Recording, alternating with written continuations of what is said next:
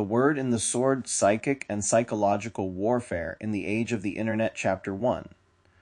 Feel it with your heart. They say the journey of 1,000 miles starts with a single step, but for me, the journey of my lifetime started with a cigarette.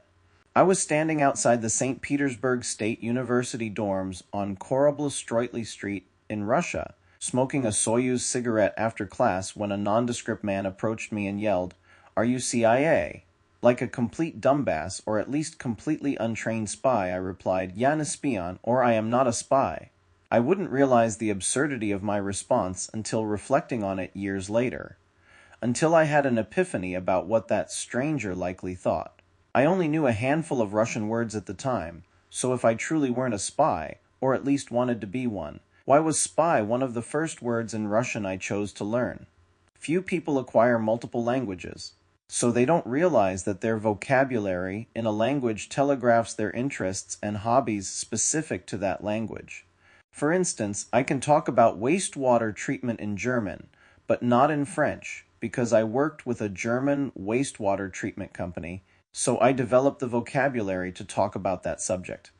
Not only did I know the word for spy in Russian, but I'd obviously thought of it a lot, as it jumped right to the tip of my tongue, even after being surprised.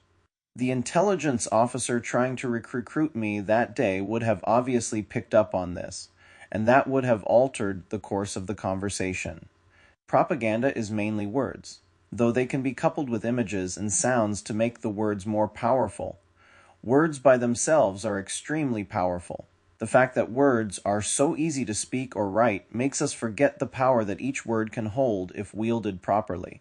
As Socrates said, the beginning of wisdom is the definition of terms. In a single Russian word, spion, I exposed my entire hand. The truth is that I came to Russia to eventually join the CIA and spy on them, though, as I'd learn in the next sentence, this stranger said to me, "The word spy has a different meaning in Russian than I had previously thought." "If you have eyes, you're a spy," the nondescript man said to me as I stood frozen, holding my cigarette and looking him straight in the eye. "The question is, who do you work for?" He paused long enough for me to think about my life. I hadn't joined the CIA, but I wanted to. That part he could guess by the fact that as an American I chose to study in Russia. There was more to the story, though. Growing up, we had a close family friend who worked at CIA. He told me all kinds of stories about the agency. He also had a great interest in Russia and studied Russian language and history. He taught me a little about the cat and mouse, cloak and dagger game the CIA played against the KGB for decades during the Cold War. He's the one who picked out my first gun, a Glock 19, and taught me everything about it. One day, he showed up with a present. It was a Delta Dart, a fiberglass knife that assassins would smuggle on their leg onto planes to get past the metal detector. He warned me, "Don't get caught with this, or you'll have some explaining to do." Then he laughed. He told me it was a gift from the agency. He talked to his friends there, and told them how I broke the computer he gave me by exploring it and trying things out. He told me the guys at the agency gave me the name Dr. Destructo, and told him to tell me that I'd have a place at the agency and would fit in well. After 9/11, I flew back to America to be with my best friend while he died, and I decided I wanted to serve my country. I lived in Paris at the time and didn't appear to people to be an American, so I contacted the CIA to apply. They followed up, and I had a long conversation, but they told me they couldn't guarantee me a job as 90% of their people work in Washington, D.C. It was then that I decided I'd go to Russia to study before applying so that I would be more likely to work overseas, even though I would later learn you actually shouldn't do this. This conversation with the Russia spy on the side of the street is precisely why you shouldn't do that. I told the lady at the CIA that I couldn't commit to potentially being stuck in Washington, but in closing I told her I'd be over there, and then closed by saying, "I'm sure you can find me if you need me." That call wasn't the end of it. Even though I turned down the offer for an interview, the FBI still contacted my mother and some other people to do my background check. While I studied in Russia, the CIA called her twice to follow up.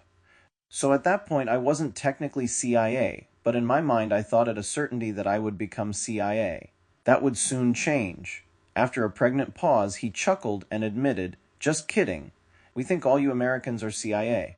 He explained that he already knew I wasn't CIA because he can spot their training. They show up in Russia speaking perfect Russian. So Russian counterintelligence officers simply ask their first word in Russian. Then, they ask where they were when they learned that first word. And since they were likely in a classroom in Monterey, they have to make up a story, and the counterintelligence officer can tell that they're lying. And when we see they're lying to us, we know they're CIA, so we just lie to them relentlessly, the man said in a humorous tone. Effective propaganda sticks with you forever. To achieve this, it has to convey its message very simply and leave a lasting impression of the feeling you had when you first heard it. I'll never forget the feeling I had as my American world crashed into the Russian world, and I experienced a deep and lasting epiphany that would provide the lens through which I would see the world for the rest of my life.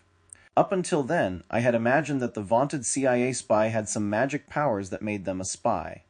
In an instant, while smoking a cigarette in Russia, my eyes opened to the fact that I already had those powers, simply by using my eyes and seeing the world around me. I stood there in awe and looked around at the buildings, reaffirming where I was, then at the people passing by. My imagination, based on Hollywood films, gave way to a simple truth.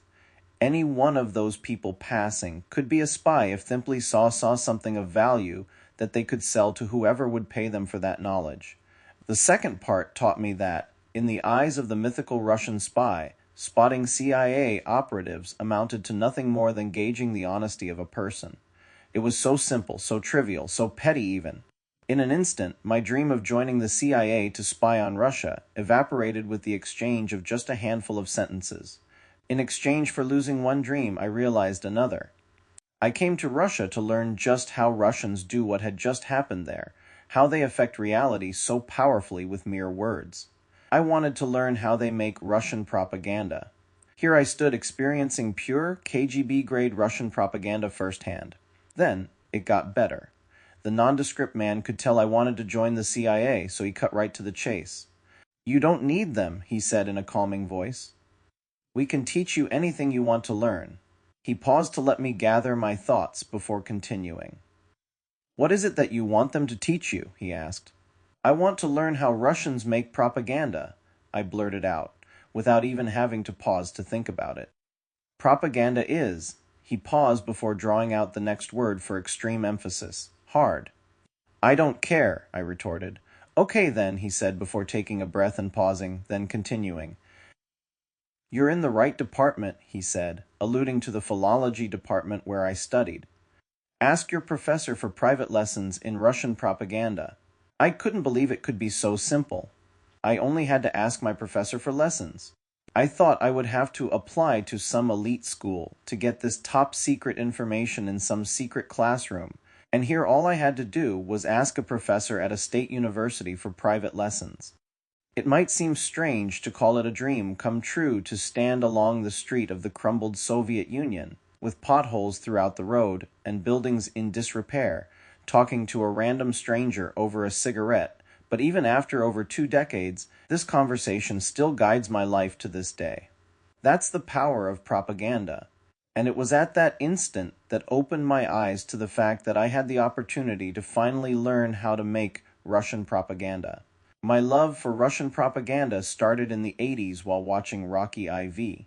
The Soviet flag looked overpowering and ominous, and I instantly fell in love with the most beautiful national anthem, the Soviet hymn, whose words I learned bit by bit in the dorm room after class. The sounds of the hymn move you on their own, but the words tell a story of the struggle and triumph of a nation, which really stirs something inside you. My imagination transported me to another time, when this would have been a KGB officer, and I, as an American, one of their top targets at the school, as there were very few students from Glavny Vrag, or main enemy, what Russians call the United States.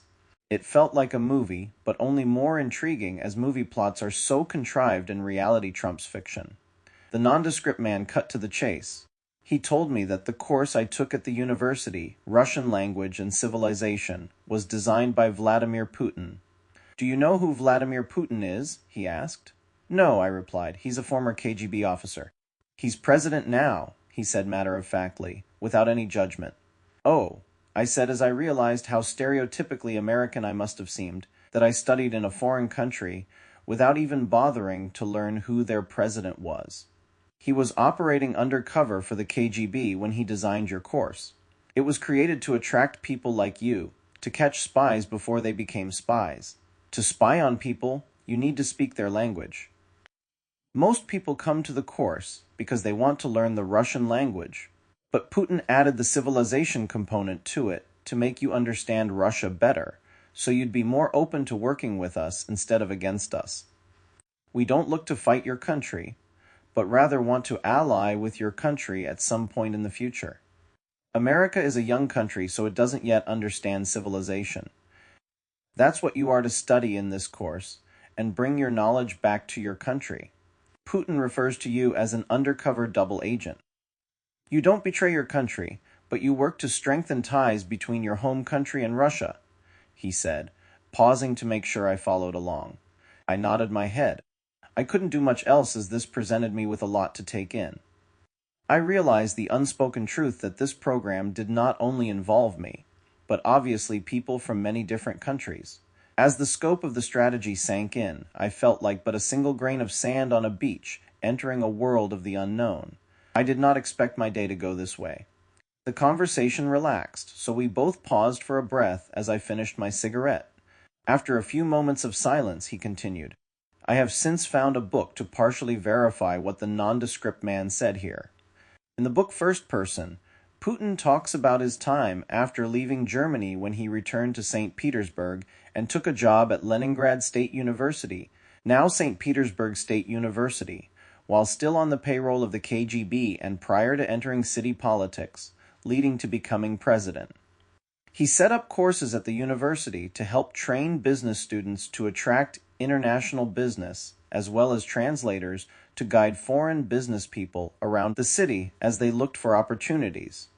The book doesn't mention the Russian language and civilization course, but it does say that Vladimir Putin's ex-wife, Lyudmila, studied in the philology department at the university that housed my program." The nondescript man continued, "Russians have always been good at language acquisition because we know how to communicate more effectively than anyone else." The nondescript man stated with authority, "As you learn Russian, you'll be able to pick up on our mannerisms and habits that help us more effectively and efficiently communicate and make sure we are understood. You can't learn this in a classroom in Langley. You learn this by living in Russia." The nondescript man moved from my side to the front of me so he could face me for the next part of the lesson. Then he continued speaking.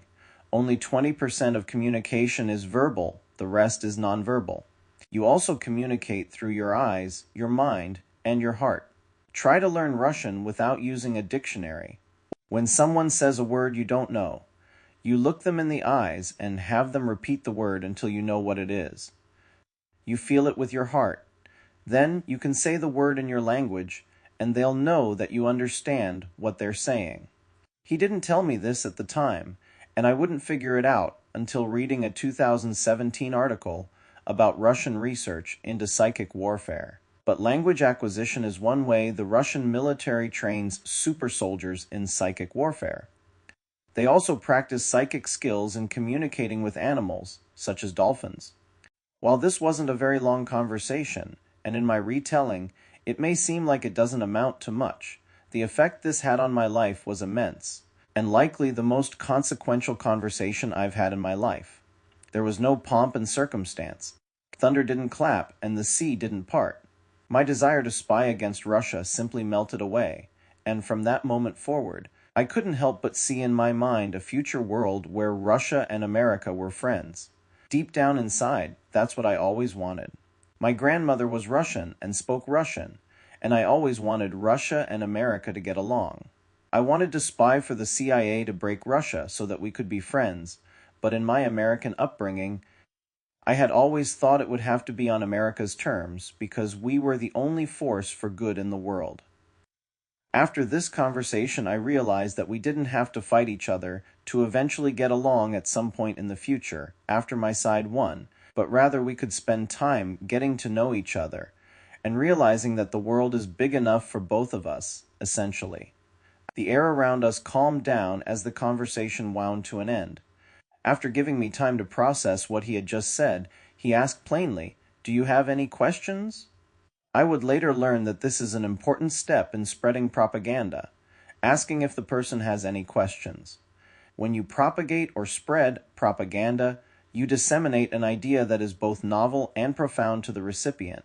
Therefore, if they understand what you said, it would activate questions in their mind for clarity, as you cannot propagate large, novel ideas completely in a few words, so they'd have gaps in their understanding.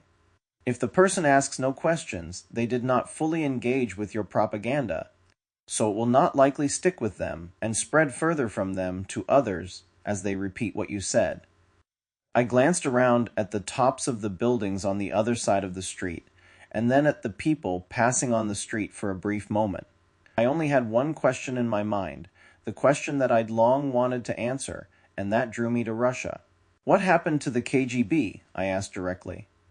"The KGB's the whole country now," he said, without having to pause to think about it, a sign of a pre-programmed response, resultant of being indoctrinated with effective propaganda. My eyes shifted from his gaze back to the tops of the buildings on the other side of the street, then back to the people who passed on the street. I watched the people flow by and let it sink in. Just as proper propaganda should do, I experienced an epiphany and instantly understood what he intended to communicate, but it took time for that epiphany to sink in, for my worldview to change, and subsequently for the definition of KGB to change in my mind. No longer did I think of the KGB as a spy agency headquartered on Lubyanka Street in Moscow that served as the sword and shield of the Communist Party, but rather, and this is hard to explain clearly, but I'll try my best, an idea, a spirit of the defense of the country, where a collection of knowledge had been shared with the general population, so that each person passing me by acted as the eyes, ears, and brain of an amorphous, unified identity called the Russian nation. The KGB's the whole country now.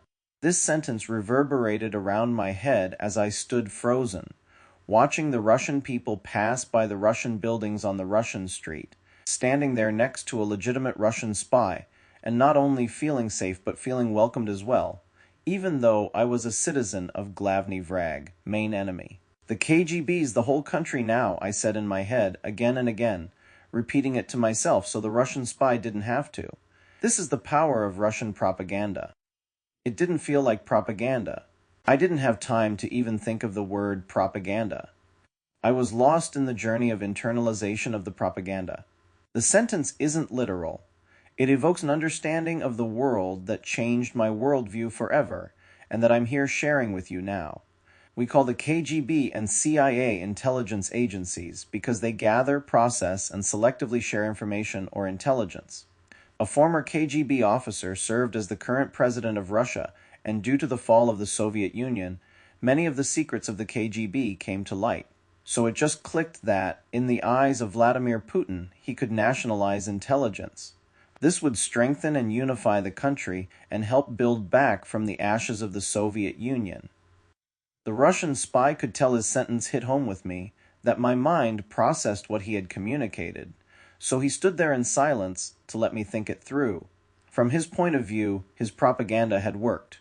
My mind drifted back to the CIA. The CIA was shrouded in mystery.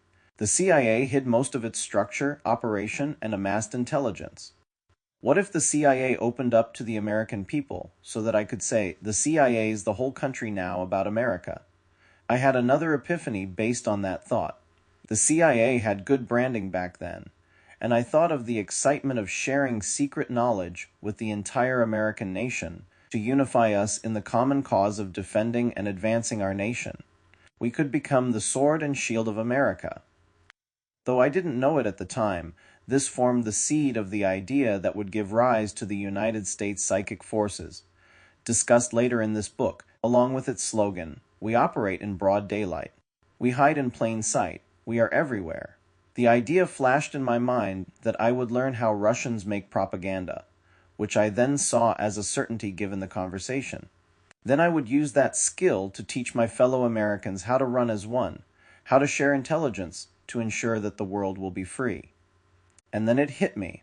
I learned a secret that even the CIA likely didn't know. The CIA has an extremely difficult time trying to infiltrate Russian intelligence. And here I stood, on the side of a Russian street, talking to a Russian spy, holding a pack of Soyuz cigarettes in my hand, and feeling like I was the only American ever to infiltrate the secret world of the KGB, or the Russian spy world. I know this wasn't the case, but it felt like that at the time, in ways that I couldn't yet express with words, but I knew in my heart I saw a path to fulfilling my childhood dream of uniting Russia and America, which led me on a long, long path to writing this book. I just didn't know it would take so long, nor that my journey would take so many turns and hit so many pitfalls. It brings great joy to be able to share the power of propaganda with people and the joy that exists in creating it. How the words leap off the page and into your real life. I love to talk about the times when I started writing propaganda, only to have events happen in real life that fit into the story I started. These real-life events would create the next step of my propaganda, which would give me the next idea, which would then invite the next real-world event to guide my path into a finished product. That pack of Soyuz cigarettes gives an example of how real-world events drive storytelling when you're on the right path. Soyuz in Russian means union and was the name given to a Soviet spacecraft program. The brand name of the cigarettes was Apollo Soyuz, named after the docking of an Apollo spacecraft to a Soyuz spacecraft. The front of the cigarette pack showed the two spacecraft docking in front of Earth. It showed Russia and America working together for the benefit of the planet. How fitting for the conversation I had while smoking one. The nondescript man continued, "Just remember during this course that your goal is not so much to speak perfect Russian as it is to simply communicate better, a skill which you will use in your native language to learn more useful and usable information. Russian is a hard language." He leaned in towards me as if sharing a secret and continued, "Just don't learn Russian above a mediocre level. Otherwise, you'll draw attention. You must spend a lot of time practicing Russian to speak it, so if you speak too well, it'll look like you're spying on us because very few Americans speak Russian well, so we suspect them all of being spies. Russian is a hard language. It takes a lifetime to learn it. After Russia and America become friends, you should come back to Russia to work on your PhD. You could study Russian literature if you wanted. Don't be afraid to become skilled at many things. In Russia, great men often have 5 or 6 areas where they show expertise." He mentioned a few Russian names, which I now forget, and asked if I had ever heard of them. I said I didn't, and he said it didn't matter. Told me a little bit about their accomplishments. Then he went on. "You can keep learning all your life. When you come back, you'll meet others from the program and can learn whatever you like and work on whatever you desire." I couldn't help but travel in my mind to the future he described. I imagined myself sitting in Moscow, having intellectual discussions in Russian. After my mental journey came to an end, I took a deep breath, and the Russian spy took that as a cue that I had processed all I could handle at that point. We began to part ways as he called my attention to the last thing he said to me. In a stern voice, he said, "Do not join the CIA." I nodded my head and turned to walk away, at that time not thinking I would take that advice. With the benefit of hindsight, I can look back at all that I learned, which formed the basis for this book, and now that we know more about how the CIA operates, nothing I learned would have changed anything. Just having that conversation, and the several that would follow with covert operatives that would come to the dorm to covertly teach me Russian propaganda, the CIA wouldn't accept me. They couldn't brainwash me, which former CIA operatives on YouTube admit happens in their training. After taking part in Putin's Russian language and civilization course, I no longer saw Russia as an enemy, but rather a nation with good and bad that tried to build a brighter future, both for the nation and for the world. I never stopped wanting to do that for my own nation, for America. This book begins the journey to build something similar for America. I've imagined many variations of an American version of the course I took at Saint Petersburg State University in Russia. I would put the course online, open it to the whole world, and not just a select few. I would call it American Language and Civilization. And this gave me the idea to create an American language that over time cleaves off English to capture and advance the innovative spirit of America. America is a young country, but to fully become a great civilization, it needs its own language. This will not develop overnight, but I sought to bring this into the American consciousness so that people understand the ways in which we alter the English language will affect the future American language as it emerges. I walked pensively up to my dorm room on the 12th floor of Corpus 3, room 1227. I remembered my room number because it reminded of the TV show 227. I laid in my bed and thought about the conversation I had just had. I looked at the Soviet propaganda poster I bought at the market on my wall. It was a picture of Nina, a babushka wearing a headscarf with her eyes looking sternly at you with a finger up to her lips that said, "Ni boltai," or "Don't gossip." When my American roommate came back, he asked how my day was. I looked at the poster and thought about telling the story of meeting a Russian spy on the street. But the poster's message won me over, and I said, it was okay. We decided to get a beer, and in my first action as a now trained Russian spy, I didn't say anything about that conversation at all. For 2 decades, the only person I told about that was my mother.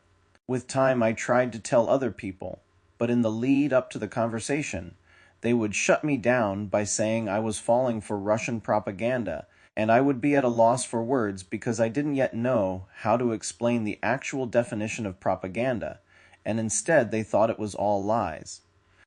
It proved a bridge too far to try to tell my story of all that happened in Russia to Americans.